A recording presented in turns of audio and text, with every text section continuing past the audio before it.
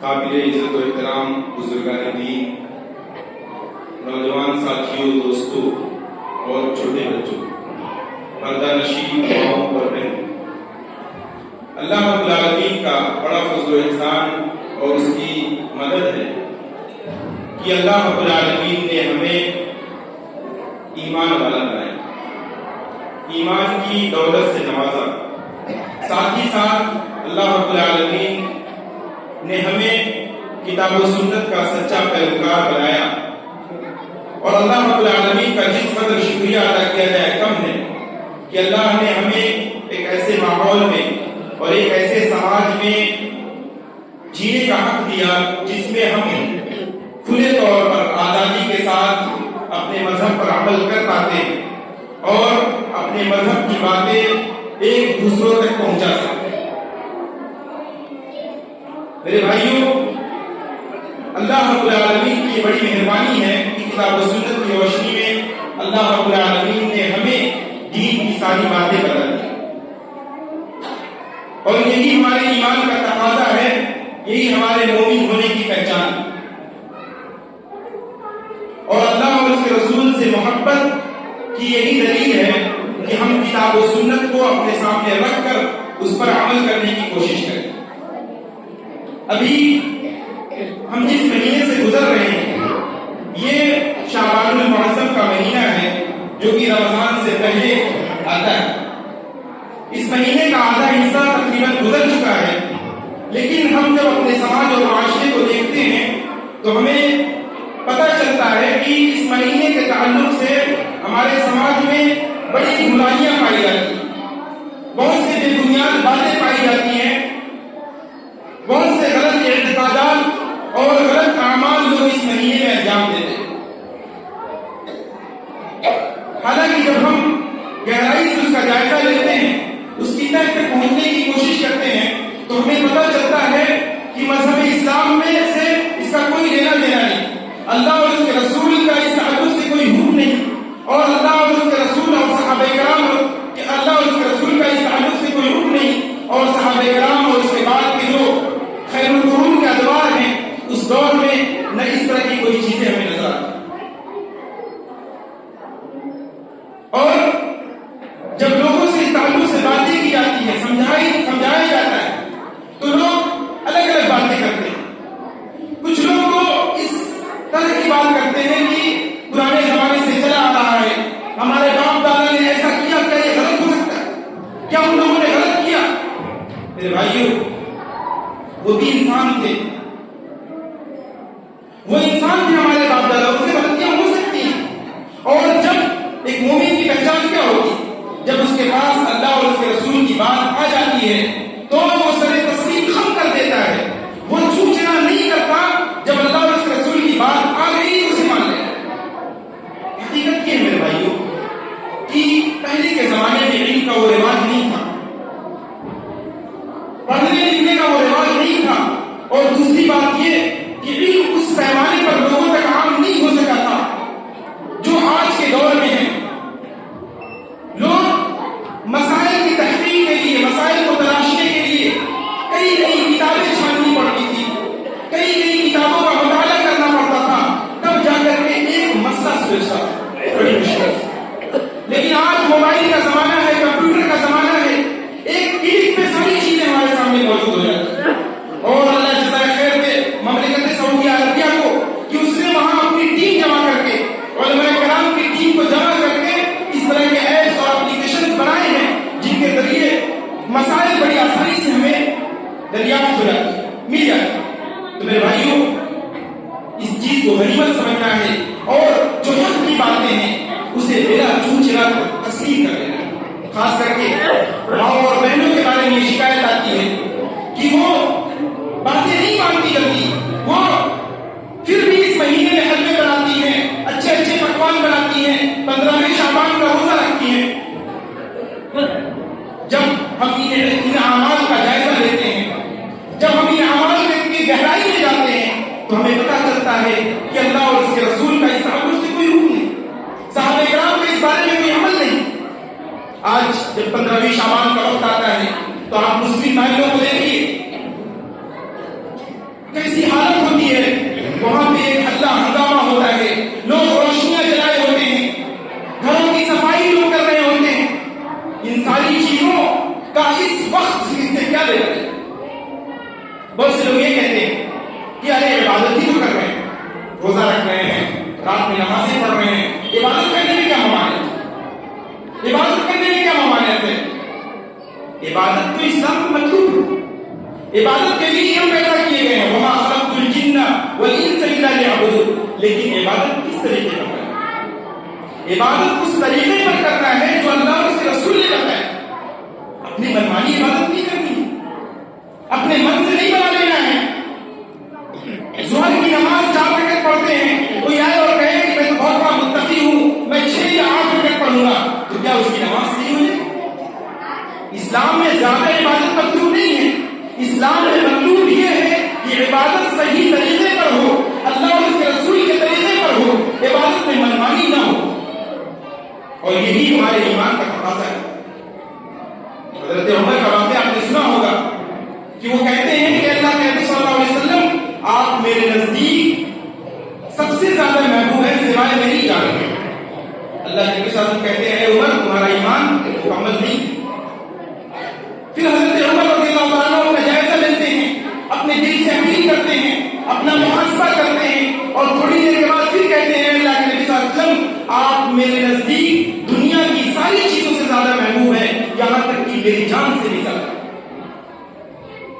تو یہ رسول کی محبت کا تقاضا ہے. اس میں اپنے عقل کی محبت نہیں دکھانا ہے، اس میں اپنے باپ دادا کی محبت نہیں دکھانا ہے کہ ہمارے باپ دادا ایسا کرتے چلے آئے ہیں اس لیے ہم ایسا کریں گے. رسول کی محبت صلی اللہ علیہ وسلم ساری چیزوں پر مقدم ہے. اور قرآن میں اللہ رب العالمین فرماتا ہے قل ان کنتم تحبون اللہ فاتبعونی. کہ نبی کریم صلی اللہ علیہ وسلم آپ لوگوں سے کہہ دیجئے کہ اگر تم اللہ سے محبت کرتے ہو تو میری اتباع کرو. اللہ سے محبت کی پہچان یہ ہے کہ رسول صلی اللہ علیہ وسلم کی اتباع کرے، رسول صلی اللہ علیہ وسلم کے طریقے پر چلے. اور میرے بھائیوں کسی بھی عمل کی قبولیت کی 2 شرطیں ہوتی ہیں.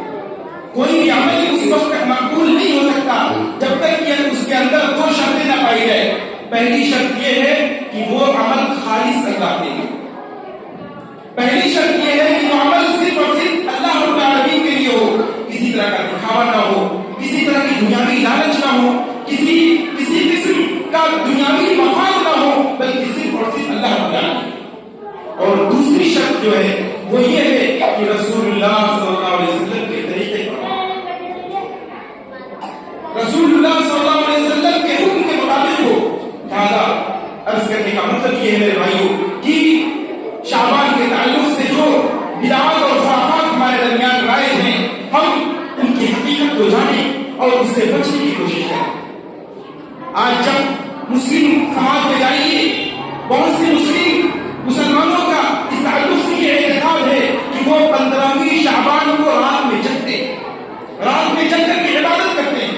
اور اس کی دلیل دیتے ہیں کہ اللہ کے نبی صلی اللہ علیہ وسلم نے فرمایا، ایک ضعیف روایت آتی ہے کہ جب رمضان شعبان کا 15واں دن آئے تو فقوموا لیلھا، تو اس کی رات کو تم قیام کرو، وصوموا نہارھا، اور اس کے دن میں روزہ رکھو. جبکہ یہ روایت انتہائی درجے کی ضعیف روایت ہے.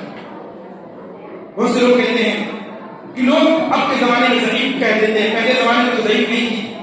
پھر وہی بات کہوں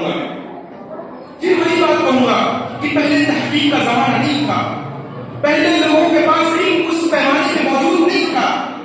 راویوں کے بارے میں ضعیف کیسے ہوتی ہے کوئی حدیث؟ جو حدیثیں ہمارے پاس ہیں اس حدیث کے جتنے بھی راوی ہیں، اللہ کے نبی صلی اللہ علیہ وسلم نے جس صحابی سے کہا وہ صحابی، پھر صحابی نے جس تابعی سے کہا، پھر تابعی نے جس تبع تابعی سے کہا، جو پورا چینل چلا ہے سرکل، سارے جو روایت ہیں ان کو راوی کہا جاتا ہے. ہر ایک کی زندگی کتابوں میں موجود ہے. اور جس راوی کے بارے میں پتہ چلتا ہے کہ وہ کبھی بھول جاتے تھے یا کبھی انہوں نے اپنی زبان سے جھوٹ بول دیا، ان کی روایت رد کر دی جاتی ہے. یہ اللہ رب العالمین نے جو شریعت کی حفاظت کی ذمہ داری دی ہے اس کے طریقے میں سے یہ اللہ رب العالمین کی طرف سے معجزہ ہے کہ اللہ نے اس طریقے سے شریعت کی حفاظت کیا. تو اس حدیث کے راویوں میں سے ایک راوی ضعیف ہیں، ان پہ ان کو منکر الحدیث بعض علماء نے کہا ہے، تو اس کی وجہ سے یہ روایت ضعیف ہے اور ضعیف روایت پہ عمل نہیں کرنا ہے۔ اسی طرح سے بہت سے لوگ اس موقع سے حلوے بناتے ہیں، مٹھائیاں بناتے ہیں اور دلیل کیا دیتے ہیں؟ دلیل سن کر کے دلیل جاننا ضروری ہے، اس لیے کہ ہمارے سماج میں بہت سے ایسے لوگ ہیں جو بڑی عقیدت سے اس کو مانتے ہیں، ان کو سمجھانا ہے، ان کو بتانا ہے۔ دلیل کیا دیتے ہیں؟ حلوہ بنانے کی دلیل دیتے ہیں کہ اللہ کے نبی صلی اللہ علیہ وسلم کے دندان مبارک آپ کے دانت غزوہ احد میں شہید ہو گئے تھے، تو اللہ کے نبی صلی اللہ علیہ وسلم نے حلوہ بنا کے کھایا۔ جبکہ آپ تاریخ کا مطالعہ کیجیے گا تو پتہ چلتا ہے کہ غزوہ احد کی لڑائی جو ہوئی وہ شوال کے مہینے میں، اور شوال رمضان کے بعد آ رہی ہے، ہمارے بھوکا بھوکے سا والی بات، لہٰذا میں کہوں گا۔ اور دوسرے کچھ لوگ یہ کہتے ہیں جو ہمارے عام عوام ہیں، ہمارے اپنے لوگ ہیں، وہ کہتے ہیں کہ حلوہ کھانے میں کیا ہے، اس نیت سے ہم نہیں کھاتے، 15 شعبان کو کھانے میں کیا ہے، نہیں کھاتے اس نیت سے۔ تو میں کہوں گا کہ تہمت سے بچنا ضروری ہے، شبہات سے بچنا ضروری ہے۔ اس موقع سے کھانے میں ہو سکتا ہے آپ کو شبہ ہو، لوگ یہ تصور کریں کہ آپ اسی کو کسی وجہ سے کھا رہے ہیں، لہٰذا ایک مومن کی پہچان یہ ہے کہ وہ شبہات سے بچتا ہے۔ اور حدیث میں اللہ کے نبی صلی اللہ علیہ وسلم نے فرمایا تھا کہ الحلال بین والحرام بین وبینہما امور مشتبہات فمن اتقى الشبہات فقد استبرأ لدینہ وعرضہ، کہ جو شبہات سے بچ گیا، جو اس نے شبہات سے اپنے آپ کو بچا لیا، تو گویا اس نے اپنے دین کو اور اپنی عزت کو بچا لیا۔ کہیں پہ برائی ہو رہی ہے، ناچ گانا ہو رہا ہے، آپ اپنے آپ میں ایک اپنے انسانی اخلاق کی وجہ سے آپ یہ کوشش کرتے ہیں کہ اس راستے سے نہ جا کر کے دوسرے راستے سے، اپنے آپ کو تہمت سے بچانے کے لیے، اس ماحول سے بچانے کے لیے۔ تو یہی ہے کہ ایسے موقع سے اگر آپ حلوہ کھانے کے عادی ہیں پھر بھی اس موقع سے نہیں کھائیں۔ کیوں؟ کیونکہ ہو سکتا ہے کہ یہ تصور کیا جائے کہ آپ اسی وجہ سے کھا رہے ہیں۔ اسی طرح سے 15 شعبان کو لوگ قبرستان میں جاتے ہیں، قبرستان میں جاتے ہیں، قبرستان میں جانے کے بارے میں حدیثیں آئی ہیں، اللہ کے نبی صلی اللہ علیہ وسلم نے ابھارا ہے قبرستان میں جانے کے۔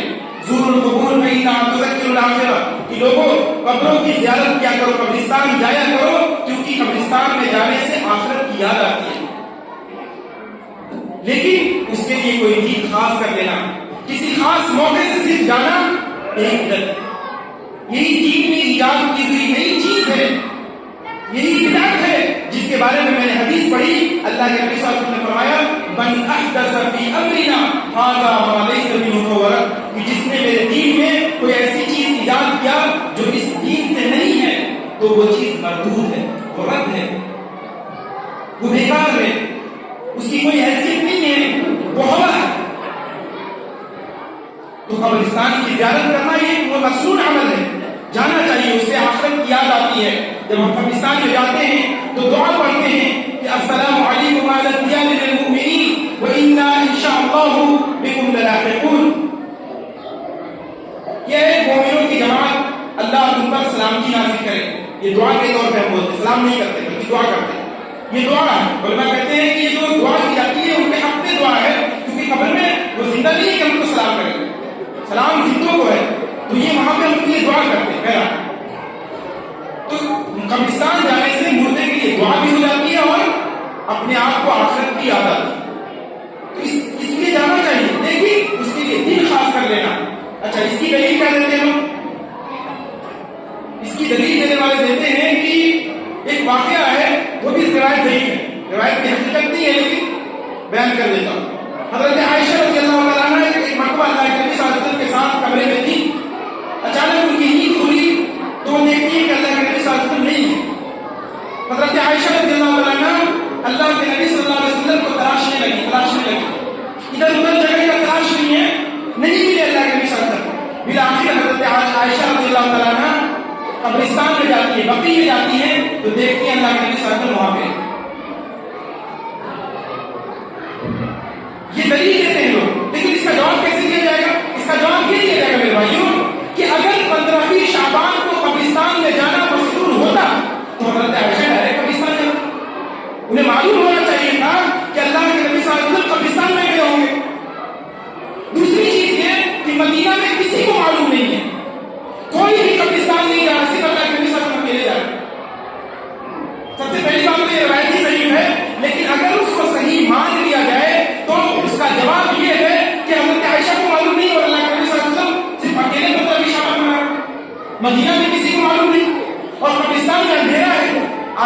روشنیاں کیے رہتے ہیں. اور میرے بھائی وہاں روشنی کرنے سے کیا ہوگا؟ جو قبر میں بیچارے موجود ہیں, قبر میں اگر اندھیرا ہے تو باہر کی روشنی سے کیا نہیں ہوگا؟ وہ تو باہر کی روشنیاں ہم اپنے لیے کراتے ہیں. اسی طرح سے 15 شعبان کو لوگ الفیہ روزہ, الفیہ نماز پڑھتے ہیں. الفیہ نماز 1000 رکعت نماز پڑھتے ہیں. 15 شعبان کو 1000 رکعت نماز پڑھتے ہیں. اس کا بھی شریعت سے کوئی ثبوت نہیں ہے, بلکہ یہ بھی بدعت ہے, نہیں ایجاد کی ہوئی چیز. اس کا پس منظر کیا ہے؟ مسجد اقصی یا بیت المقدس کا واقعہ ہے کہ وہاں پہ ایک آدمی آتا ہے اور وہ اکیلے نماز پڑھنا شروع کر دیتا ہے, اور نماز کو شروع کرتا ہے تو اس کے پیچھے لوگ آتے جاتے ہیں یہاں تک کہ جماعت ہو جاتی ہے. اسی کو دلیل بنا کر کے لوگ بعد میں بدعت ایجاد کرتے ہیں. اور ایک چیز اور جان لیجیے میرے بھائیوں, پہلے زمانے میں جو مبتدعین تھے, جو نئی نئی چیزیں ایجاد کیا کرتے تھے, خرافاتی تھے, وہ پہلے عمل ایجاد کرتے تھے اور اس کے بعد اس کے لیے ایک موضوع دلیل پیش کرتے تھے, دلیل بنا لیتے تھے, اپنے سے حدیث بنا لیتے تھے, اور علماء نے اس کو جان پرکھ کر کے بتا بھی دیا کہ ضعیف ہے, موضوع ہے. موضوع مطلب بڑی ہوئی روایت جسے خود کسی نے اپنی طرف سے بنا کر کے پیش کر دیا. تو الفیہ نماز جو 1000 رکعت نماز پڑھی جاتی ہے, یہ سراسر بدعت ہے اور نئی ایجاد کی ہوئی چیز ہے. اور اس کے بارے میں جو دلیل دی جاتی ہے وہ دلیل موضوع ہے, جسے بعد کے لوگوں نے اپنی طرف سے گڑھ کر کے بیان کر دیا. اسی طرح سے 15 شعبان کا روزہ رکھا جاتا ہے, اور دلیل یہ دی جاتی ہے کہ اللہ کے نبی صلی اللہ علیہ وسلم کی وہ حدیث جو میں نے ذکر کیا کہ اللہ کے نبی صلی اللہ علیہ وسلم نے فرمایا صوموا لیلھا وقوموا لھا, کہ 15 شعبان کے رات میں جگہ کرو اور دن میں روزہ رکھو. انصاف کے تقاضے پہ اگر بولا جائے کہ اگر انصاف کی روشنی میں بولا جائے تو شعبان کے 15 شعبان کی فضیلت حدیث کا ہے. 15 شعبان کی فضیلت حدیث میں آتی ہے, لیکن فضیلت کیا ہے؟ اللہ کے نبی صلی اللہ علیہ وسلم نے فرمایا ان اللہ لیطلع فی نصف شعبان, کہ اللہ رب العالمین 15 شعبان کو لوگوں کی طرف دیکھتا ہے, انسانوں کی طرف دیکھتا ہے. فیغفر للمشرکین, تو اللہ رب العالمین فیغفر للمؤمنین, کہ اللہ رب العالمین مومنین کو معاف فرما دیتا ہے. اللہ رب العالمین 15 شعبان کو لوگوں کی طرف دیکھتا ہے اور مومنین کو معاف فرما دیتا ہے. کون سے مومنین؟ سوائے مشرک اور مشاہد کا لفظ آتا ہے, الا للمشرک او المشاہد, اس سوائے مشرک کے اور مشاہد. مشاہد کہتے ہیں کہ جان بوجھ کر کے اپنے فائدے کے لیے, دنیاوی مقصد کے لیے لوگوں سے دشمنی رکھنے والا, لوگوں سے بغض رکھنے والا, جان بوجھ کر کے ایسے دو لوگوں کو اللہ رب العالمین معاف نہیں کرتا ہے. 15 شعبان کو اللہ رب العالمین انسانوں کی طرف دیکھتا ہے اور معاف فرما دیتا ہے, سوائے مشرک کے یعنی شرک کرنے والا اور مشاہد یعنی دنیاوی مفاد جان بوجھ کر کے زبردستی حقد اور دشمنی رکھنے والا.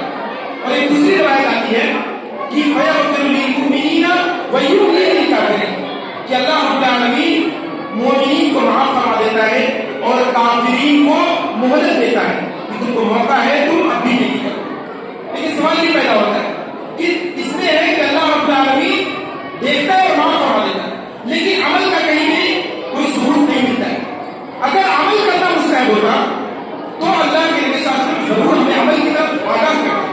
اور صحابہ کرام جو اس امت کے سب سے چنیدہ لوگ تھے, صحابہ کرام جو سب سے متقی لوگ تھے, جو اس امت کے سب سے افضل ترین انسان تھے, جو اپنی عبادت کے لیے ہمیشہ کوشاں رہتے تھے, ہمیشہ اس انتظار میں رہتے تھے کہ کب موقع ملے اور نیکی کرے, لیکن ان کی زندگی میں بھی اس تعلق سے کوئی ثبوت نہیں ملتا.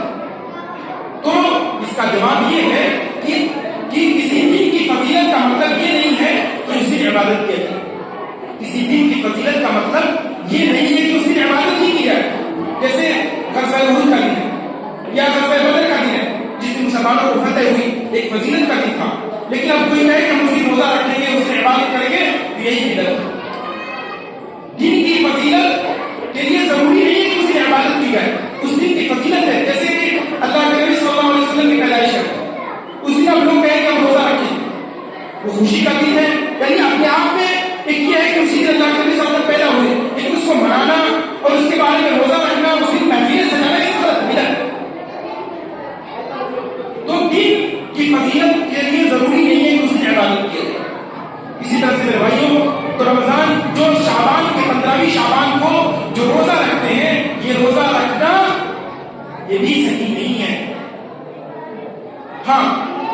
جو نفلی روزہ ہے، جب نفلی روزوں کو ہم پڑھتے ہیں تو پتہ چلتا ہے کہ ہر سوموار اور جمعرات کو اللہ کے نبی صلی اللہ علیہ وسلم روزہ رکھتے تھے۔ اسی طرح سے ہر مہینے کی 13، 14 اور 15 تاریخ کو جس کو ایام بیس کہا جاتا ہے، ان دنوں میں اللہ کے نبی صلی اللہ علیہ وسلم روزہ رکھتے تھے۔ حضرت ابو ہریرہ رضی اللہ عنہ کی روایت ہے، فرماتے ہیں کہ اوصانی خلیلی بثلاث، کہ میرے دوست یعنی نبی صلی اللہ علیہ وسلم نے مجھے 3 چیزوں کی وصیت کیا، اس میں سے ایک چیز کیا کہ وصوم ثلاثۃ ایام من کل شہر، کہ ہر مہینے میں 3 دن روزہ رکھنا، یہ بڑے فضل کی چیز ہے۔ ہر مہینے کے عربی مہینے کے 13، 14 اور 15 تاریخ کو کوئی اگر اس کی پابندی کرتا ہے تو اگر 13 کو رکھنا ہے، 14 کو رکھنا ہے تو 15 کو بھی رکھے گا۔ تو اس طرح سے اگر رکھ رہا ہے تو کوئی حرج نہیں، لیکن صرف 15 کو خاص کرنا یا 15 کو اس وجہ سے روزہ رکھنا کیونکہ یہ شب برات کا دن ہے یا اس دن کی فضیلت ہے، تو یہ چیز بدعت ہے۔ شاید میرے خیال سے باتیں واضح ہو گئی، اور میں اپنی ماں اور بہنوں سے اور اب تمام بھائیوں سے یہ کہنا چاہوں گا کہ بدعت کا مطلب کیا ہوتا ہے؟ سننے میں بڑا ہلکا لگتا ہے۔ بہت سے لوگ ابھی بھی سوچ رہے ہوں گے کیا ہوا، حلوہ بن جائے گا، گھر پہ کھا لیں گے، یا کہ رات میں جگ جائیں گے، قیام اللیل کر لیں گے، عبادت کریں گے، ثواب ملے گا، نیکی ملے گی۔ ایسا نہ ہو کہ یہ نیکی آپ کے لیے وبال جان بن جائے۔